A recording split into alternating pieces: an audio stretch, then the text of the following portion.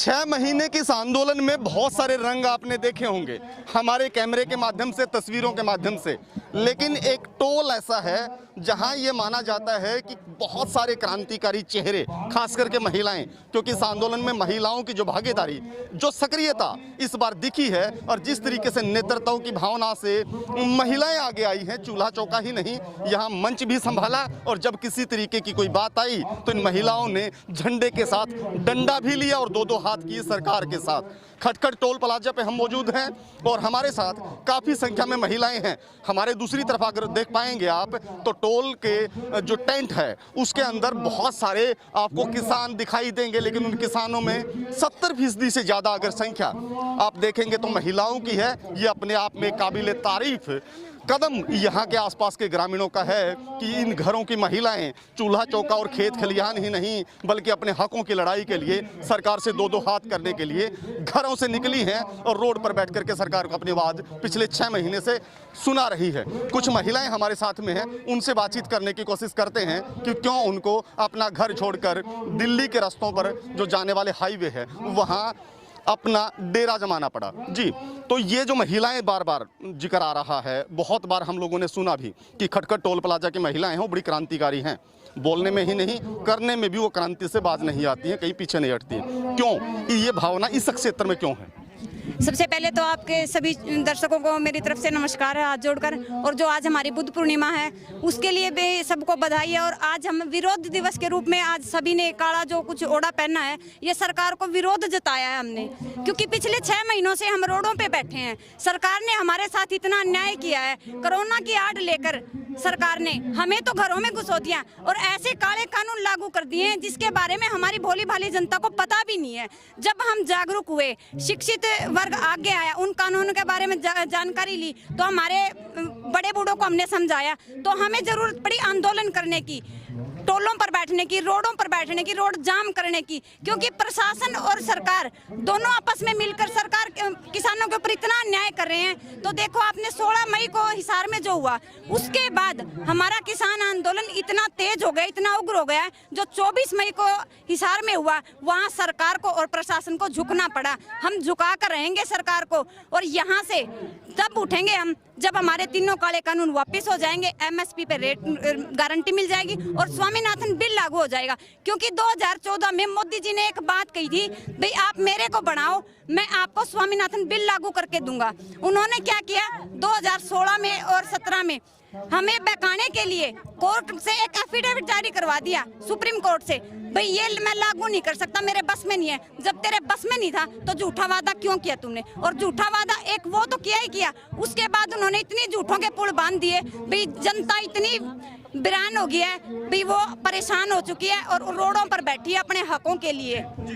महिलाओं की भागीदारी को इस आंदोलन में कैसे देखते हैं आप? आपने देखा होगा अभी कुछ जो रोहतक में लाठीचार्ज हुआ था, तो पहली मतलब जो उससे हमें इतना वो जोश मिल गया कि मेरी एक ताई थी और एक मैंने कंडेला में जो मैंने अनाउंसमेंट करवा दी थी भी एक बड़े बुजुर्ग का चोट लगी, जाम लगा दो, तो कोई भी आदमी आगे नहीं आया। तो मैंने एक मेरी ताई ने आगे बुग्गी उड़ा दी थी भी जो होगा देखी जाओगी, और तो मेरी नारी मतलब कंडे के लिए ज्यादा से ज्यादा लुगाई आगे आई और हमने इतना हमारे अंदर इतना जोश हो गया था, तो देखी जाओगी जो होगा देखी जाओगी। लेकिन हमने इतना पता चल गया जो ये कानून है हमारे खिलाफ है और हमने इन्हें रद्द करवा के हटाएंगे। गरीब आपने देख लिया भी आप कितनी तादाद में महिलाओं हैं, इतना जोश हो गया। जो महिला पहले घर में सिर्फ चूल्हा चौका के काम तक सीमित थी, आज हमने पता चल गया भी हम अपना की लड़ाई खुद लड़ सका, इतना जोश हो गया। कौन सा बताया आपने अपना? कंडेला। कंडेला तो आंदोलन की दृष्टि से भिड़ों का छत्ता बोला जाता है कि उसको छेड़ने का मतलब है आंदोलन में कि वो बेकाबू हो जाएंगे वहाँ के लोग। आपने देखा कि 2002 में प्रशासन भी हमारा इतना डर गया था, जो भी चुटालन जो कांड करवा था, जो प्रशासन पुलिस वाले थे वो भी महिलाओं के कपड़े पहन के खेतों को भाग गए थे। आज प्रशासन की इतनी हिम्मत भी कंडेला में बढ़ जाएगा।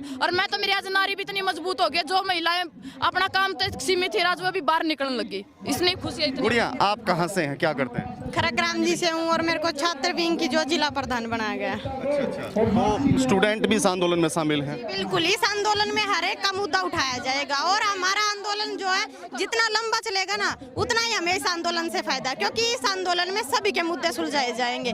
आज छात्रों के साथ देख लो, जो 10वीं और +2 की जो शिक्षाएं हैं वो रद्द कर दी गई है, उनका अभी तक कोई सोल्यूशन नहीं है। छोटे छोटे बच्चों को देख लो, उनकी आंखें खराब हो रही हैं जो ऑनलाइन क्लासेस लगा रही हैं, और टीचर जो है रोड पे बैठे हैं, लाखों कर्मचारी रोड पे बैठे हैं। युवाओं को 2 करोड़ युवाओं को जो है रोजगार देने का इस सरकार ने वायदा किया था, उसके बदले 30 करोड़ युवाओं को इसने घर बैठा रखा है। तो ऐसी सरकार के लिए हम शर्मसार हैं और किसान आंदोलन में जो डटे रहेंगे और अपनी आवाज को बुलंद करते रहेंगे।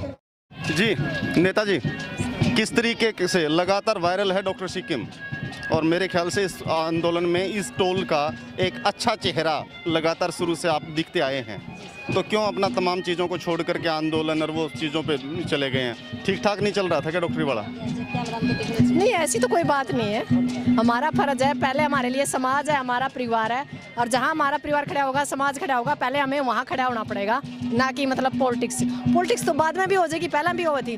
यहाँ पॉलिटिक्स के लिए नहीं, यहाँ आंदोलन के लिए आए हैं और आंदोलन को तन मन धन से लड़ेंगे। क्या लगता है कितना लंबा जाने की उम्मीद है आंदोलन? हम 2024 तक तैयार हैं, बाकी उनका दिल करे तो चाहे आज आ जाए। इसके बाद नहीं? 24 तक तो जाना नहीं है। मेरी तो मतलब मेरे जो दिमाग कहता है वो 2022 में निपट लेगा ये मामला। सत्ता की भागीदारी ठीक नहीं थी क्या? नहीं, सत्ता की भागीदारी अच्छी नहीं लगी मुझे। उसका एक रीजन था जो अपने बाप का नहीं हुआ, अपने दादा का नहीं हुआ, अपनी कौम का नहीं हुआ और किसान कौम का नहीं हुआ, तो उसका हो सकता है मेरा भी वो कुछ नहीं होना था। मेरे 18 साल ज़िंदगी के कीमती 18 साल मैंने इनेलो और जेजेपी को दे दिए, और जब वो सत्ता में आए, जब मुझे लगा मेरे अपनों के सिर फूट रहे हैं, हड्डियाँ टूट रही है, तो मेरे परिवार ने मेरे को बुलाया, मैं सब कुछ छोड़ के मेरे परिवार के साथ खड़ी होगी, क्योंकि सत्ता के गलियारे तो फिर भी मतलब हम नाप सकते हैं, पर अपनों से दूर चले गए तो कुछ नहीं मिलेगा। लोगों की जो महिलाओं की टीम थी, अच्छी खासी टीम थी और बहुत बढ़िया तरीके से मजबूत आप उन लोगों ने दुष्यंत जी को किया, तो सारी टीम वापस आ गई कि कुछ चेहरे छोड़ आए वहाँ पर निशानी के तौर पर?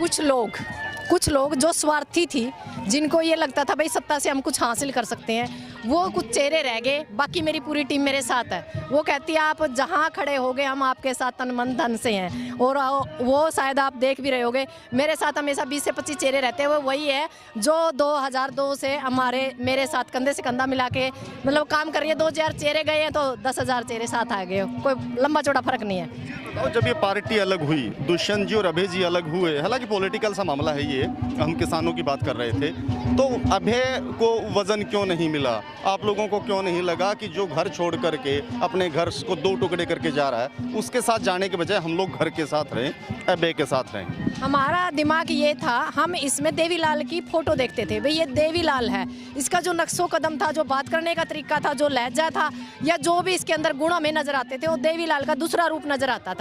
पर वक्त के साथ हमें पता चला वाकई में ये गद्दार है। इसकी दादी सही कह रही थी, जब इसकी दादी ने कहा, जब तो हमें भी दुख आया, हो सकता है हमने सोचा अंदरूनी मामला इनका किसी प्रॉपर्टी का हो, इस वजह से इनके रास्ते अलग हो गए। हमने ये कभी नहीं सोचा था ये इंसान इतनी बड़ी गद्दारी कर सकता है, क्योंकि मैं शुरू से ही बीजेपी, कांग्रेस, इन चीज़ों के खिलाफ हूँ। मैं शुरू से इनेलो में ही रही हूँ, तो मेरा यही दिमाग था भैया इनेलो या जेजेपी। पर अब मेरे को समझ में आ गया, पार्टी कोई भी हो, जो भी होते हैं, सिर्फ वो तप्पड़ बिछाण का थर, झंडे ठाण का थर है, और उनकी जय बोलने के लिए होते हैं। आम आदमी के लिए वहाँ कोई जगह नहीं होती। सिर्फ हम उनके साथ फोटो खिंचवा सकते हैं, जब काम पड़ेगा वो फ़ोन भी नहीं उठाएंगे और बात भी नहीं करेंगे। हमने अपनी रक्षा खुद करनी है, अपने कानून अपने हिसाब से बनाने हैं। हमें समझ में आ गया कहीं कुछ नहीं है, कहीं कुछ नहीं है, किसी भी पार्टी में नहीं है, चाहे वह कांग्रेस हो, चाहे इनेलो हो, या जेजेपी हो, चाहे बीजेपी हो, कुछ नहीं है। हम तो ये चाहते हैं अच्छे बढ़िया लोग आए, जैसे हमारे केजरीवाल है, ऐसा कोई नेता पैदा हो ताकि इस हरियाणा की भी तकदीर बदली जा सके दिल्ली की तरह।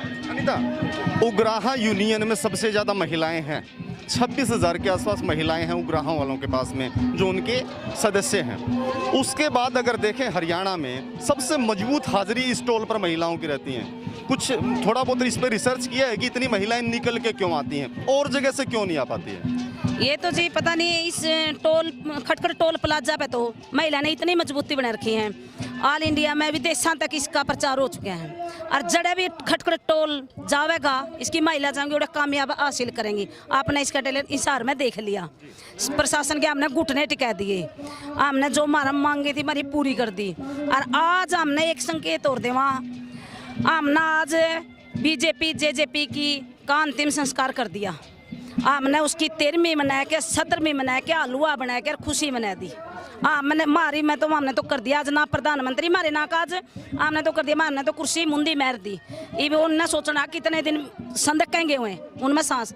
हमने तो आज उनका अंतिम संस्कार कर दिया इस टोल के माध्यम। तो क्या जिस तरीके से महिलाएं साथ में आती है आपके गांव से, हर गांव से अलग अलग तरीके से आती होंगी, तो उनको घर घर जाके बुला के लेके आते हो आप, या फिर एक भावना इसी आगे एक को देखकर दूसरा, दूसरे को देखकर के तीसरा, वो अपने आप में जन सैलाब जा रहा है? उनके अंदर हौसला है, उन्हें डर लगा अपनी नस्ल पसल का भाई ये खत्म होने लग रही है। अपना आप आवे हैं सब, अपना आप सुबेरे 4 बजे उठे हैं, 10 बजे तक काम निपटा के टोल पे जाए। वह सरकार का पता लगे उन्हें ये बेरूपी है भाई, तो हमने लूट के खाने लग रही है। उन्हें अपने आने वाले नस्ल बचानी है, इस करके उनके अंदर हौसले बुलंद है उनके। और वह सरकार ने दिखा के आती, सरकार ने समझ जाना चाहिए या नारी शक्ति दुर्गा आज काली का रूप धारण कर लिया है इसने, और काली छोटे नहीं की। हाँ जी, मैं ये कहना चाहती हूँ इस सरकार को, जो काले कानून हैं, टाइम है अब भी आप इस संभल जाओ, क्योंकि कुछ टाइम होता है। 6 महीने में तो कुंभकर्ण भी उठ ले, 6 महीने हो गए तो कुंभकर्ण की नींद जो सरकार सोई है वो उठ ले, और नहीं उठेगी तो आपने पता है भी अब आने वाले टाइम में लंबा चौड़ा काम है नहीं। जैसे अनीता ने कहा है भैया हमने तो इनकी 13वीं कर दी और 17वीं कर दी, हलवा खा लिया, मारा कहता सरकार नहीं, दिल्ली चंडीगढ़ सरकार चलती होगी चला लो, इसी से सरकार का कोई फायदा नहीं, जो उनकी ताली नहीं बाजार नमस्ते नहीं हुआ है।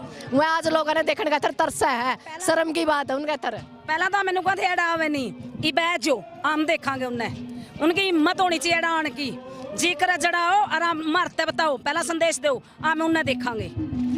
तो ये खटखड़ टोल की महिलाएं हैं और जिन्हें लगता है कि हरियाणा में महिलाओं की स्थिति इतनी बुरी है कि वो घरों से बाहर नहीं निकलती, पर्दे से बाहर उनको देखने की इजाज़त नहीं होती। उन लोगों को हरियाणा आना चाहिए और हरियाणा में भी वो एक दौरा खटखड़ टोल प्लाजा का जरूर करे और देखे कि मातृशक्ति हमारी बहनें माताएं किस तरीके से अपने हकों के लिए ज़मीन की लड़ाई लड़ रही है और अपनी नस्लों की लड़ाई लड़ रही है।